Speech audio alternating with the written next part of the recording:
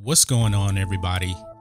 Today, we're going to address the Star Wars Episode 9 trailer, The Rise of Skywalker. The trailer dropped yesterday and we saw it. A lot of people were actually surprised at the end of that trailer. We heard the laugh of Emperor Palpatine. Yes, Darth Sidious is making his return to the Star Wars universe. Now, this is a surprise to be sure, but a welcome one. And you're probably wondering, how is this possible? He died on the Death Star at the end of Return of the Jedi.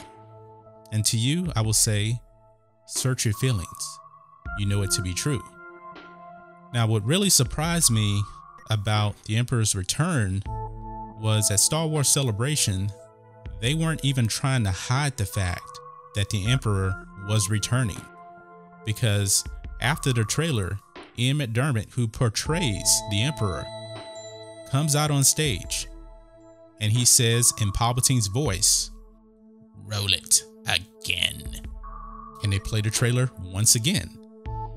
But now, should we really be surprised that Palpatine is returning to the universe? I thought about this. At first, I was like, yes, this is really, I'm really surprised that they went this route. But then I had to really kind of think about it. And after I thought about it, I was like, this really isn't that much of a surprise.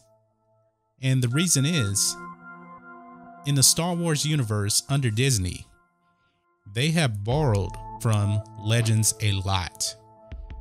If you go back and you look at the Star Wars Legends, or the old EU as they used to call it, Emperor Palpatine is a major player in those stories.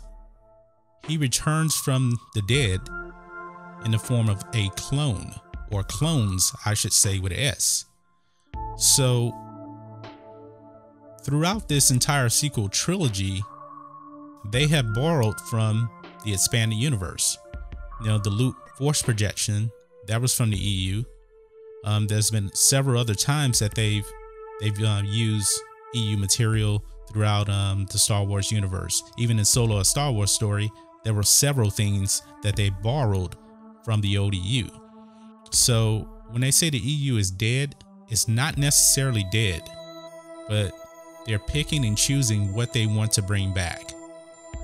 Now, Palpatine was an extremely powerful Sith Lord. So if anyone could come back from death, it would be him. But we really have to look no further than Revenge of the Sith. Go back to the scene of Palpatine's teaching, where Anakin and Palpatine were sitting at the opera, and Palpatine tells him the tragedy of Darth Plagueis the Wise. Listen to what he says. He says that Darth Plagueis became so powerful that he was able to stop people from dying. And of course, Palpatine said he can save others from death, but not himself. He taught everything to his apprentice, and his apprentice killed him in his sleep. And his apprentice was Emperor Palpatine. So Palpatine learned everything and killed his master. Now, is there any evidence of Palpatine actually saving someone from death? No. But Palpatine does have a high body count. You know, he indirectly killed Padme. And I don't think that Palpatine ever told Vader these true secrets. I think there was a bunch of things that the Emperor never told Vader about the Force. Because even if you listen to what Anakin said in Revenge of the Sith, he even said, "I know there's things about the Force you're not telling me," referring to the Jedi. And he got played by Palpatine like a puppet. So this is what I think could be the angle for Palpatine in The Rise of Skywalker. If you go back to Legends, Palpatine had a secret cloning facility for clones of himself. So there was a huge contingency plan in place in case he died. Now you're probably wondering, okay, he's been dead for 30 years. Why did it take him 30 years to come back? Even if he's using a clone, because we saw in Attack of the Clones, they can pretty much grow full-grown clones in like 5 years. But I think that Palpatine saw some flaws in the cloning facility. I think that's one of the reasons why he actually shut down the clones after the Empire rose to power. So therefore, I believe that Palpatine wanted to use naturally grown clones similar to Boba Fett, and they had to reach a certain, age and strength. So it's a strong possibility that we may actually see a younger version of Palpatine in this movie, maybe like a 30 to 35-year-old Palpatine. Maybe we'll get the classic look too. I think it'll make a lot of people happy with the classic look. But you're probably thinking, all right, if this is a clone, why does he look like he's 70 years old, 80 years old? So it's possible that Ian McDiarmid in this movie, they're probably going to use some de-aging techniques on him to make him a younger version of Palpatine. I wouldn't be surprised because in the ODU, these clones, they do come back. I'm not sure if they're really young or not, but Anakin and Leia, I'm sorry, not Anakin and Leia, but Luke and Leia, they actually end up destroying Palpatine once and for all. So them bringing back Palpatine into the mix is not really a surprise once you think of it in the big picture. In Revenge of the Sith, Palpatine pretty much said that he learned everything from Darth Plagueis, who was the only one that could cheat death. So it would pretty much bring everything full circle to bring Palpatine back in the picture as far as the prequels, the original trilogy, and the sequel. It will tie everything together. And the Sith, they've always wanted to cheat death.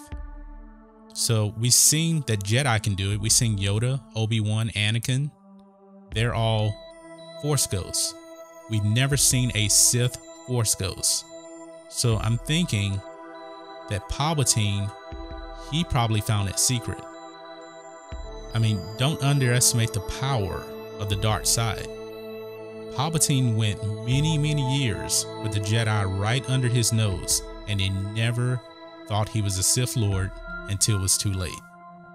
Palpatine is extremely powerful.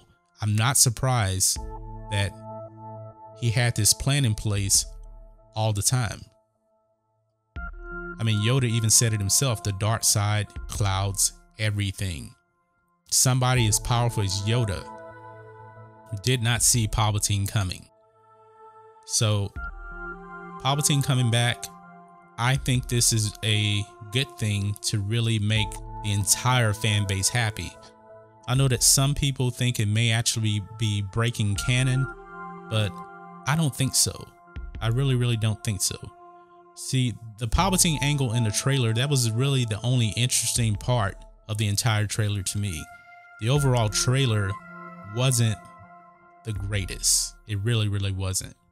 It was kind of dry at first and everything, but you did get to see the Death Star, and I believe that was Death Star 2 from Endor. So whatever they find there, you saw Poe, Finn, and Rey there looking at the Death Star, the remnants of it anyway. And I think that is where we're going to find Palpatine. It just connects everything together. It's the perfect storm. And not only do I think Palpatine's coming back, I do think that Obi-Wan Kenobi and Anakin will play a role in this, because I'm gonna do another video on who's the actual rise of Skywalker, who they're talking about. But Palpatine coming back opens the door for everything. I mean, Qui-Gon Jinn, he can come back too in this movie. But I do think that JJ wants to tie everything together, and what better way to do it than to bring back Emperor Palpatine? It can be done. The cloning facilities that he had in Legends, I think that's going to end up coming into play in episode 9. But guys, let me know what you think about all this in the comments. If you're new here to the channel, please hit subscribe to catch future videos from me, and we will catch you on the next video. John Matrixx, out.